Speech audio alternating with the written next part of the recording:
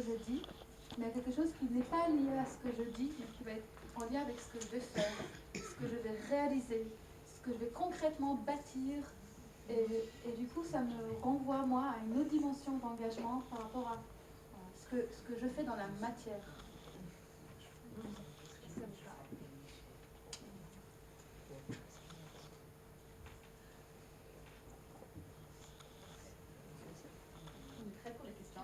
Vous êtes prêts? Alors, comme je vais en lire, s'il y en a d'autres, évidemment, vous me les donnerez. Alors, une question qui concerne toutes les trois. Dans chacune de vos communautés, comment voyez-vous la place des hommes? Faut-il y changer quelque chose? Alors, à qui c'est le micro? Ah, je vois quand même que tu souris, Dalila. Puis je te confie le micro.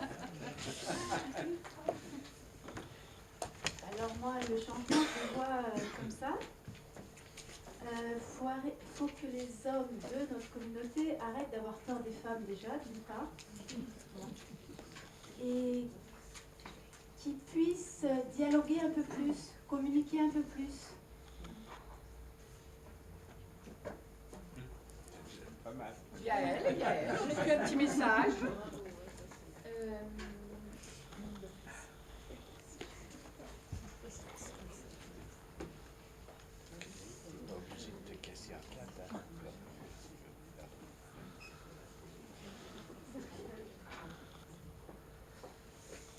Alors, je suis catholique, donc la place des hommes dans l'Église catholique, vous la connaissez. Alors, je vais dire que je suis pleine d'espérance parce que la marge de progression est grande. Et moi, j'ajouterais que oui, le mot qui me vient effectivement, c'est confiance. Peut-être confiance aux hommes dans leur masculinité, et du coup que ça puisse offrir aussi une confiance aux femmes dans leur féminité. Et à la fois, j'ai envie de dire un mot sur que je comprends vraiment aussi les craintes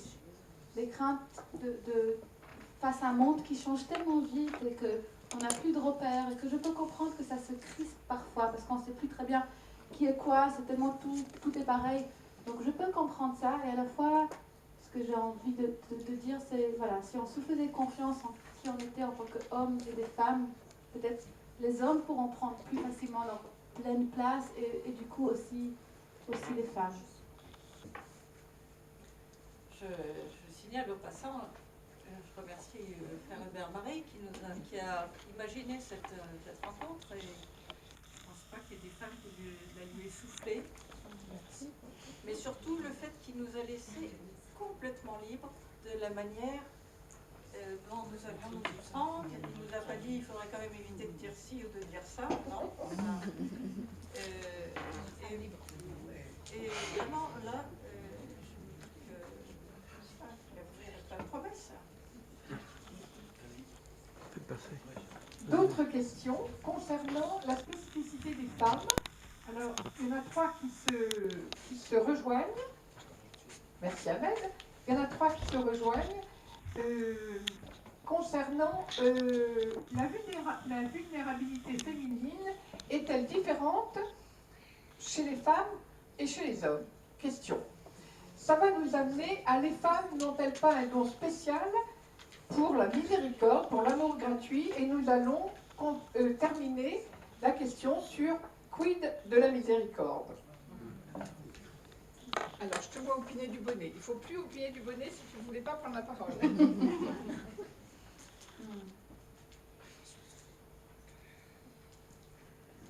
J'ai pas de réponse toute prête. Je vous ai quelque chose plus disponible. Il faut que ça réfléchisse un peu dedans. Moi, je pense que, bon, bien sûr qu'on est différents. On a enfin, les hommes et les femmes, on a chacun notre sensibilité, on est tous différents, et il est sûr qu'on n'a pas empiété sur le terrain de l'autre.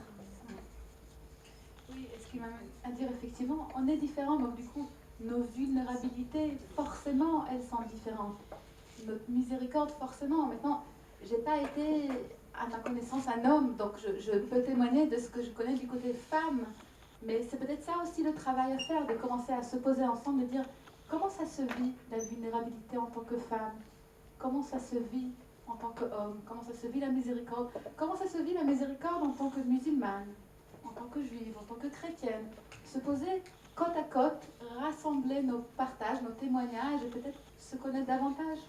Peut-être ça, j'aurais aimé dire. Merci. Je poursuis. Je pensais que mes consoeurs de langue sémitique l'auraient dit, donc je ne voulais pas le dire avant, mais la miséricorde, c'est quand même, dis-le toi, comme il faut. Rechem, rachamim, Ça veut dire ça veut dire matrice. Voilà. Et donc, c'est pas étonnant, enfin, l'étymologie, c'est pas rien. Donc, il y a quelque chose de féminin dans le mot, de lié à la nature féminine. Et ce qui est bien, c'est que dans nos trois traditions, on nomme Dieu miséricordieux, en particulier dans la tienne. Et donc, c'est. Voilà, ça n'a pas besoin d'être commenté. Nous continuons. Alors là, il y a une petite série de questions qui s'adressent à toi, Dalila. Alors, as-tu pu en parler autour de toi, voilà, de votre relation et de votre recherche? Oui, j'en ai parlé. Oui, j'en ai parlé. J'en ai parlé à mes élèves. J'ai dit autour de moi. J'ai parlé de cette rencontre, de ce que j'ai ressenti quand j'ai rencontré Yael. Non, j'en ai parlé. Avec beaucoup d'émotions, avec beaucoup d'enthousiasme, très très contente et pour faire passer le message. Alors, du coup, même si ce n'est pas une question pour moi, je vais. Mais si, je commençais par Dalila, mais vous l'aurez toutes les trois la question. Qu'effectivement, j'en ai parlé aussi. Et particulièrement de ce pôle-là, effectivement, musulman, parce que c'est un pôle que je cherche beaucoup dans ma vie et que je le lis moins souvent. Et que j'ai parlé de cette sororité, cette sensation. Alors, c'est vrai que, bon, il y a aussi à savoir que ma mère, elle est marocaine. Elle est née, elle a grandi au Maroc. Donc, on a quelque chose de bassin méditerranéen qui est commun, mais qui a aussi cette joie de pouvoir partager quelque chose de très proche à la fois. Et c'est ce qui nous a reliés, nous trois, et c'est ce que j'apprécie beaucoup. Un grand désir et plaisir et amour de l'étude. Je me rappelle la flamme qu'on avait dans les yeux, nous trois, quand on a parlé de c'est ça qui nous nourrit, c'était magnifique. Et c'est pour ça aussi que j'ai demandé à Dalila de lire ce texte-là. C'était aussi pour moi porteur, c'était justement, c'est pas qu'une voix d'une Dalila X, mais c'est aussi Dalila de toute cette tradition que tu revais. Et donc c'était aussi, cette émotion était aussi là-dessus. Donc j'en ai parlé aussi. Deux, ça t'en fait beaucoup. J'en ai parlé, alors j'ai eu aussi parce que tout n'est pas rose quand même, hein. J'ai eu aussi des réactions mitigées d'hommes, de ma famille pour être tout à fait. Parce que, oh là là, c'est histoire de femmes, alors si en plus elles se mettent ensemble, et puis les musulmans et les chrétiennes, et alors, enfin voilà, donc il y a peut-être quand même peut-être une petite crainte, je ne sais pas trop. Merci. Alors, il y a quelqu'un parmi vous qui vous félicite. Bravo, motorisez-vous à diffuser votre déclaration d'amitié réciproque devant mes élèves de collège public. Bien sûr, partout où vous voulez, sans modération.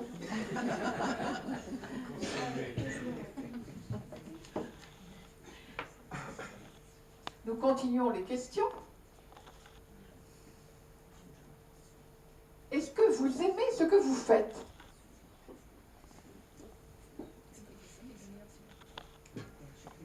Alors égoïstement, moi je plane quand je suis dans ce genre de rencontre et j'aime énormément parce que j'ai commencé à échanger surtout avec les chrétiens, dans le dialogue islamo-chrétien et on va dire que pour moi ça m'apporte énormément, ça me plaît énormément et je m'épanouis encore plus. Alors encore plus avec Yael, donc je me dis on devrait développer encore ce genre de rencontre avec Yael et en avant. Inch'Allah. Yallah. Oui, alors c'est vrai que, comme j'ai commencé par partager, pour moi, c'est des choses qui me font vivre. C'est vital. Et ça, là-dessus, je me rappelle qu'on s'est rencontrés aussi à trois. Ça me fait vivre. J'adore ça. Et du coup, je ne compte pas trop mon temps consacré parce que c'est ce qui donne un sens, c'est ce qui donne une profondeur, c'est ce qui me permet de revenir au quotidien avec peut-être traverser ce monde-là plus sereinement. Pas toujours sereine, mais peut-être c'est déjà plus sereine que ce que j'aurais été sans ça. Donc oui, j'aime et j'en ai besoin de ça.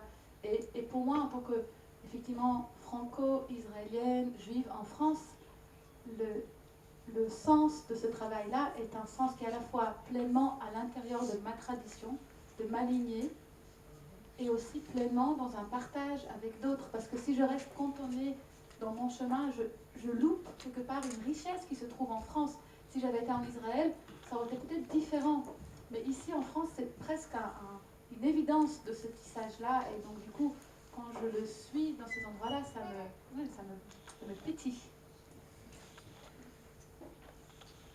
Oui, moi, bien sûr, les études de théologie m'ont beaucoup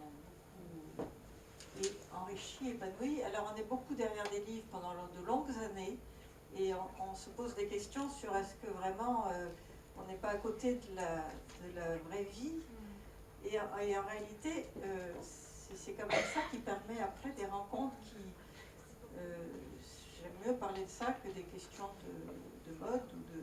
Enfin, ouais, vous comprenez, moi. Mais voilà, donc il y a une richesse qui est donnée peut-être dans un deuxième temps, mais d'autant plus savoureuse.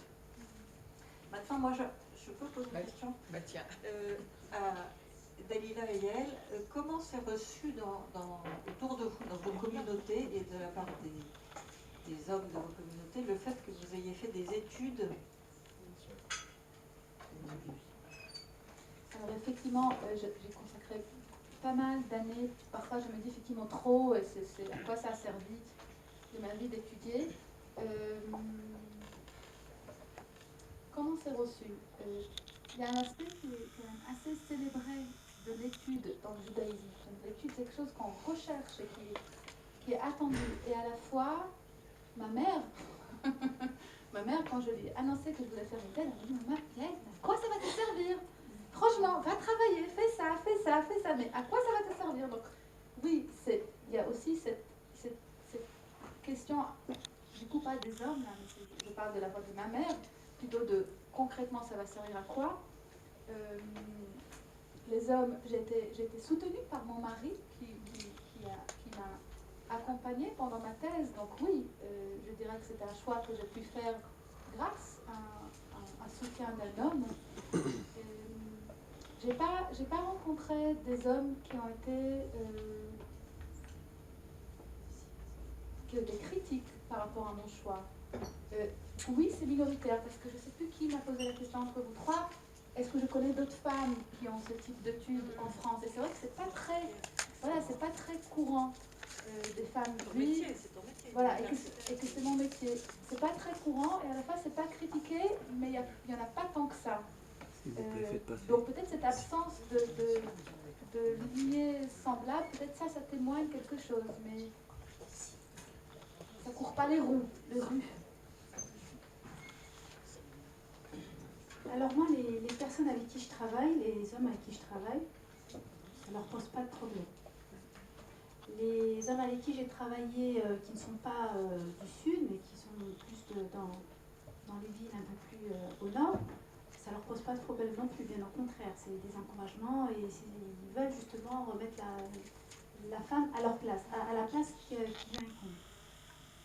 Le problème, c'est bien d'autres personnes qui, quand une femme parle de religion, peut-être qu'elle ne dit pas forcément... Non. C'est vraiment à prendre entre guillemets. Voilà. Et toi, Béatrice? Si je te renvoie la question. Non, j'ai été encouragée dans mes études par les pères maristes, puisque il y en a ici, j'en profite pour le dire, parce que c'était quand même important, une aide importante. Et voilà, j'entends dire aussi que les femmes qui ont fait des études ne sont pas forcément reçues dans l'Église avec tout ce qu'elles pourraient apporter. Donc ça, je l'ai entendu pas mal puisque j'ai longtemps travaillé dans un centre de formation chrétienne, universitaire. Maintenant, je pense que de celles que je connais qui ont été formées, la plupart ont trouvé leur place et ont une vraie place importante dans la transmission. Ça dépend aussi de l'attitude, parce que si on a une attitude, on retombe un peu sur ce qu'on a évoqué tout à l'heure. Rachel, elle revendique d'une certaine manière, mais pas d'une manière agressive. Et bon, si la femme formée en théologie attend le curé à la sortie de la messe pour lui parler de son serment en termes peu aimables, ça ne va pas aller. Donc, voilà, il y a aussi ça qui rentre en jeu. Mais sinon, les autres, à 80%, il y en a ici, des femmes que je connais qui ont vraiment beaucoup de travail maintenant. Un vrai travail, hein. Je parle d'un vrai travail. Je voudrais ajouter un point qui est en lien avec ce que tu disais, Dalila, c'est que peut-être c'est aussi à nous, les femmes, de oser étudier, de oser aller plus loin et non pas forcément attendre d'être poussée ou validée, mais juste voilà, de oser aller prendre ces chemins-là, parce qu'effectivement, ça nous donne après beaucoup de joie. Beaucoup de questions nous arrivent, mais là, il y en a une série qui concerne Dalila. Alors, il est question donc de la place des femmes dans la tradition musulmane, et les deux exemples qui sont pris et qui sont proposés comme un chemin à suivre, c'est la place que donne le prophète lui-même à ces femmes, et notamment à l'une qui a été, si je peux dire, mais tu corrigeras mon expression, la première exégète. Et donc, ne serait-ce pas, entre Khadija et Aïcha, ne serait-ce pas quand même un exemple flagrant? Alors, je crois que là, on parle de Aïcha.